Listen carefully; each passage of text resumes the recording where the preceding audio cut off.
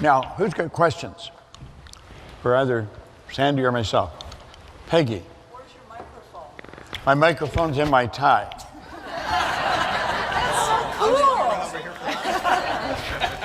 We have a creative director, Tommy Collier, who is, if he doesn't border on genius, he is genius. He does wonderful work. And he's got my microphone in my tie, so I don't have it clipped on or have him going with those dumb things hanging around my ear. And Sandy's got to start wearing a tie. You see, she's got a dumb thing attached to her ear. Put it in her diamonds. Put it in her diamonds. The microphone's too small. Who's got questions? There, over here, Brian. Peter. Good on you, mate. Yeah, it seems that that first question, most people struggle with and spend a lifetime. Say it again. Most people struggle for sometimes a lifetime figuring out who they are. I think that's a really big question. Can you give some thoughts on that, like on making your way towards understanding? We're going to cover that. I will, but rather than answer the question right now, since the question's over, we're getting into that, we will answer it. See, you're a spiritual being. That's who you are. You are pure, unadulterated spirit. You're an extension, an expression of God. Whatever your concept of God is, we see God as everything. The all-knowing power, all-powerful, all-knowing, omnipresent. And you're a spiritual, you're a spiritual expression. And as such, all knowledge is with you. You have all knowledge. You have all power. You just don't believe it. And to the degree that we believe it, we have it. And the trick of life, I see, is developing our belief system. Our belief system is based upon our evaluation of something. And frequently, if we reevaluate a situation, our belief about that situation will change. It took me 9.5 years to figure that out. I was sitting having something to eat with Val Vanderwall. He was a marvelous mentor of mine. And I had been reading the Bible, the New Testament, the Old Testament, the Book of Mormon, the Bhagavad Gita, the Quran, the Torah. I mean, I was seriously studying all this because there's only two sources of reference you can go to find out about yourself. One's science and the other's theology. And they all teach you essentially the same thing. They come at it from different angles. And in everyone, everywhere, they tell you got to believe. Belief is an absolute prerequisite. If you don't believe it, ain't going to happen. Well, I'm thinking, how do you believe? I mean, I'd ask somebody, how do you believe? Well, they don't know. How do you believe? I was having something to eat with him one day in the restaurant. I can still see the two of us sitting there. And in idle conversation that come out, he said, our belief system is based upon our evaluation of something. And frequently, if we reevaluate a situation, our belief about that situation will change. Well, it was just like rockets going off in my head. I got him to repeat what he said, and I realized that's why my life had changed. I was studying this nonstop, everything I could get my hands on, so I was continually reevaluating who I was. And because I continually reevaluate, my belief kept changing, it kept changing, it kept changing. And of course, my results kept changing. My results were a reflection of my own belief. I just know that if I get an idea, I can execute that idea. I don't know how long it's going to take me. I don't know where I'm going to get the resources, but I do know it's going to happen.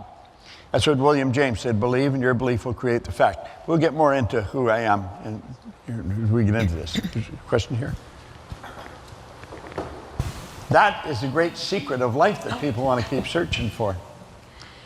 My question is, I remember like being a kid and people saying, where do you see yourself in 5 years? And I would draw this total blank, like, I don't even know what I'm having for dinner, you know? Hold that away from your mouth just a little bit, yeah. I was saying, when we were kids and we were asked, where do you want to be in 5 years? And I would just draw this blank, like, I don't even know what I want for dinner. What am I going to do with 5 years? And when I think now about goals, it feels very shallow to think, I wasn't raised that way, it feels very shallow to think about monetary things, material things. And I'm just wondering, like, what are questions that you ask yourself beyond, you know you want a nice house or you want to have some security in life, but I guess I'm looking for questions to ask myself that make me feel more of an emotional connection to it. Well, First of all, I would suggest you understand money a little better than you do.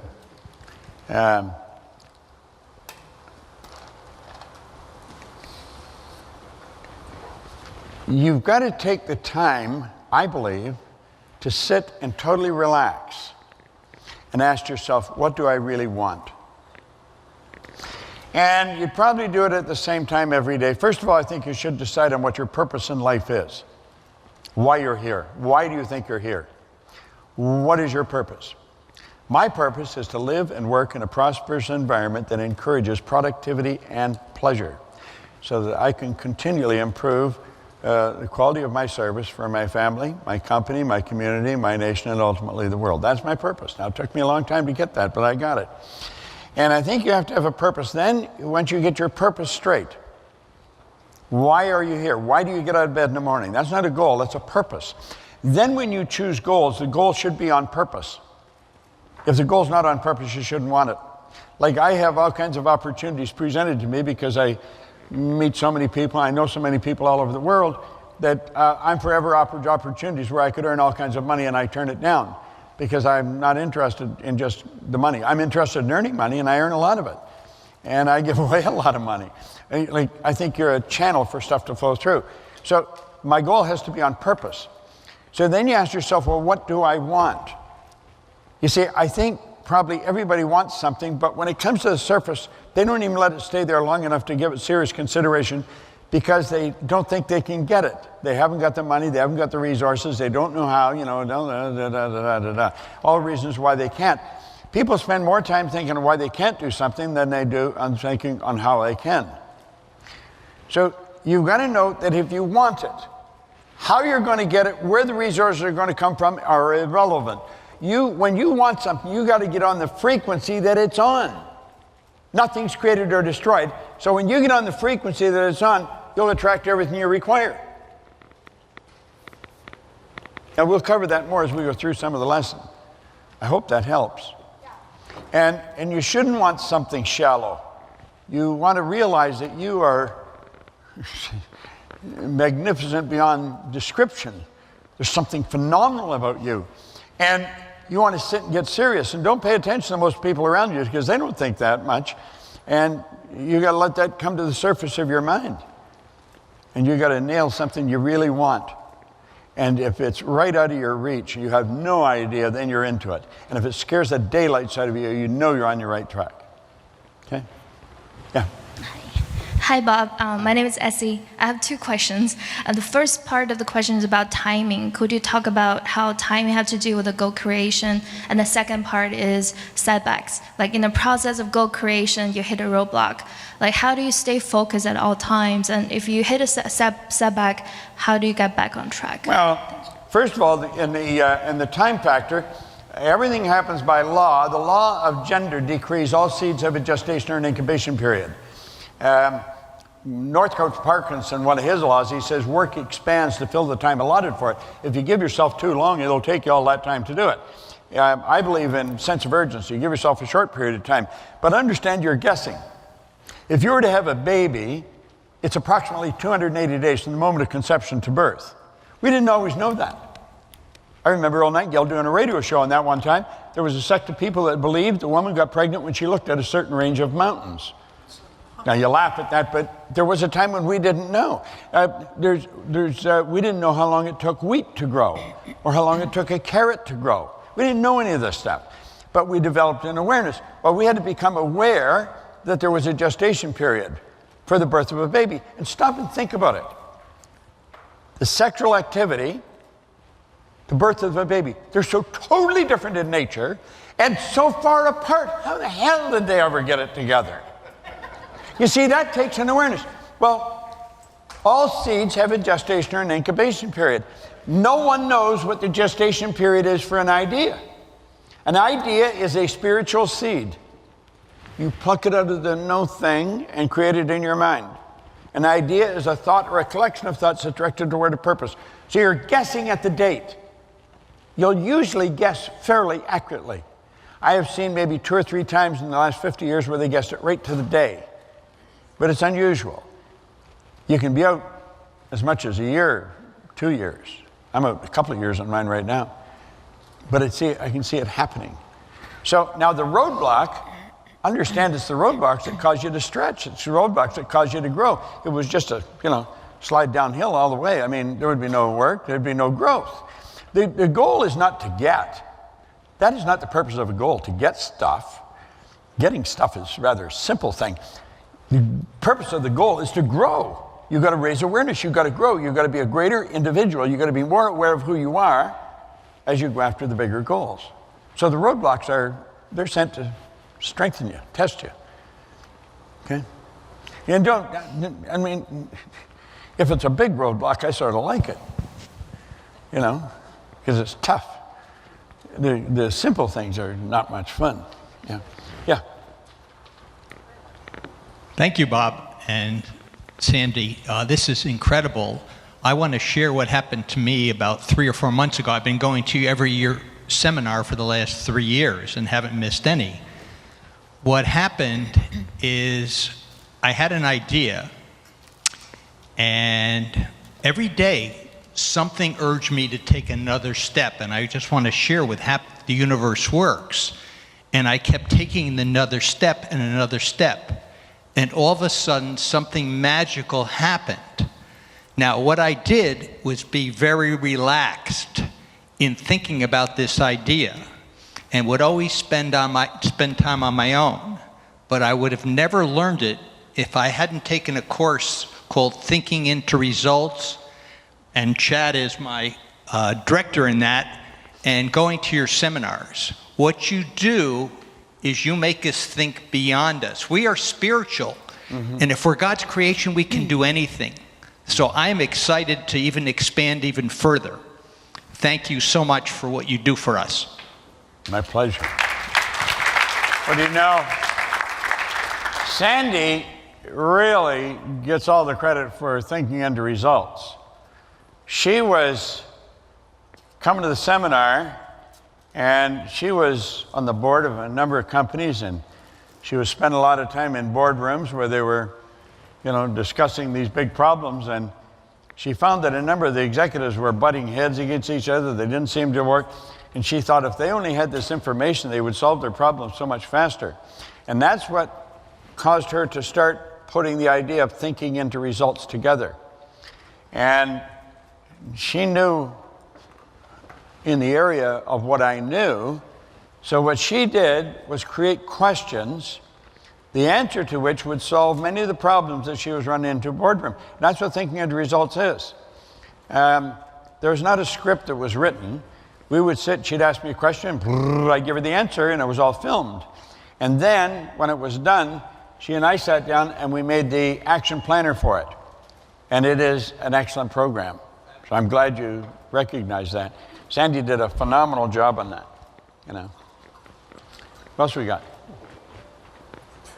Yeah. I have a question for you, Bob. What is some advice you would give to people that have to separate themselves from their families in order to achieve their goals because of where their families choose to keep themselves in life? I'm not sure if I heard that question properly. So, what advice would you give to people that have to separate themselves from their families because of where how their families choose to live life and the mindsets? Like the people that have to separate themselves in order to be able to achieve the goals that they want to achieve? Well, I've had to do that for periods of time, and I did it.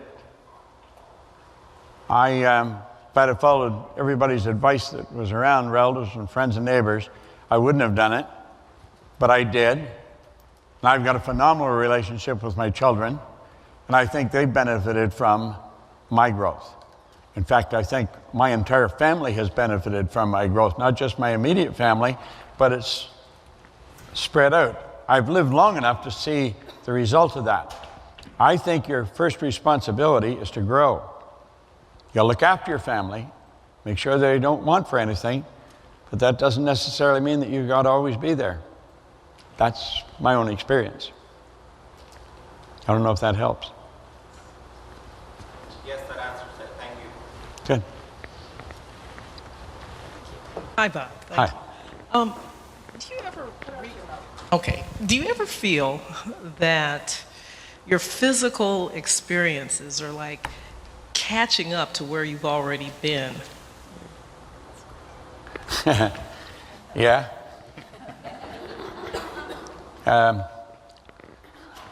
You've been there and you're catching up to it, yeah. Well, you see, nothing's created or destroyed. You can go there mentally before you get there physically. It's called precognition. Precognition. Yeah. You've been there. You think, yeah. It's a phenomena, mental phenomena, but it's very real. Mm-hmm. It's an interesting point. Been there lots of times. Go ahead. You can go there deliberately too. You can learn that. Go ahead. My question is, I usually hear you reference 97% of people don't understand this material and only 3% understand it. Do you believe that number will stay the same in the future, or what do you see with this material, say, for example, 100 years from now, or even, say, more into the future? No, I believe it'll change. I believe it is changing. I think it's changed. In fact, I know it has changed dramatically since I started working at this. Now, keep in mind, I've been at it a long time. 58 years is a long time. When I first started, there was no recorded material. I mean, and there was the self-help books. There was How to Win Friends and Influence People by Carnegie, Power of Positive Thinking by in New York. What's it? Norman Vincent Peale, yeah, Marble Arch Church. And Think and Grow Rich. But there wasn't very many of them, and they weren't bestsellers. They were fairly popular, but they were also way out of the box. Today, self-help books are bestsellers all over the world. Today, there's seminars going on all over the world. Now, a lot of them I don't think are very good. I think they're run by people who just want to earn some money. They really haven't learned a whole lot, but they're out there selling. I believe we've got some of the best material you'll ever find. And we are all over the world with it. And that's our objective. So do I believe those numbers will change? I think they're changing. I don't know how much they've changed, and I don't know what to degree, but I do believe they're changing. We reach so many people today. The internet it's everywhere. Like, I've got a studio in my backyard.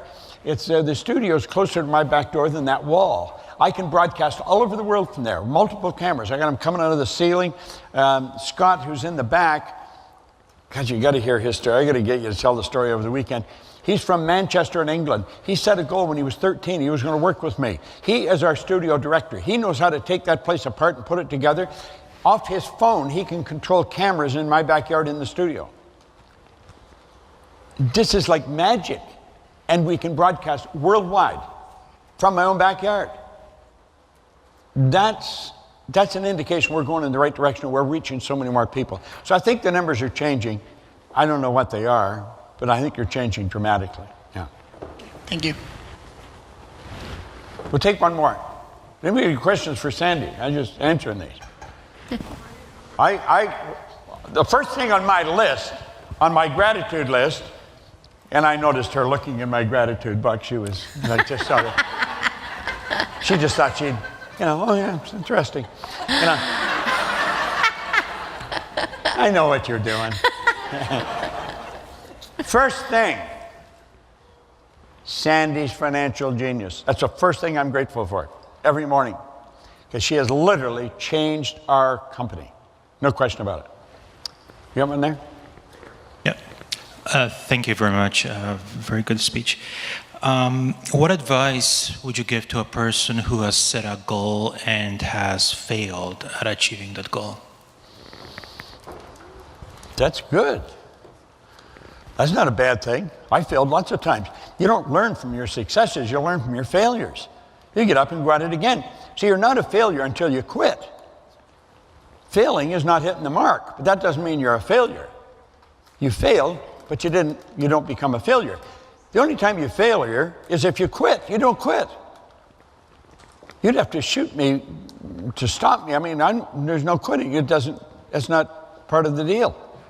There's no exit strategy. You know where you're going, that's where you're going to get there. Fail a number of times. I've failed miserably. If you fail big enough, it's exhilarating. I mean, I've had some real beauties. Does that help? You just get up and get going, and don't you dare lay down. And I don't care if you blow everything you got. Listen, I lost everything I had one time, and it's so clear to me. I sat in the living room, I closed the front drapes, and I sat in the dark in a great big chair, probably for a better part of a month. I was so despondent. I had lost. And then, I don't know what moved me, but I got moved. I went and I got 2 long-playing records. Earl Nightingale's narration, not condensed narration, his narration of the book As a Man Thinketh by James Allen. And I put those records on and I started to play them. I got up, I opened the curtains, and I went and bought a brand new Cadillac car. I didn't have any money, but I knew the car would make me feel good when I got in it. And I went to work. That's very clear, man. That was a long time ago. Yeah. Just get up and keep going. If it's big enough, I mean, you'll grow. You don't just grow from your successes. It's the trouble that makes you grow. Hi, Bob. Hi. I have a question for Sandy. Hi, Sandy. Hi, Julie. You know how when you first started with Bob and you were doing the law and the business, and he comes to you and he gives you the look and says, are you in or you out? Well, there was a time where you said everything worked perfectly, and he got you in front of some people and said you could have made that decision sooner. Mm-hmm. So does everything happen perfectly, or could I be doing stuff sooner than I'm doing it? Does that make sense? Love it. Of course you could. Yeah, of course you could. I mean, I do believe things happen in the perfect time and in the perfect way. I do.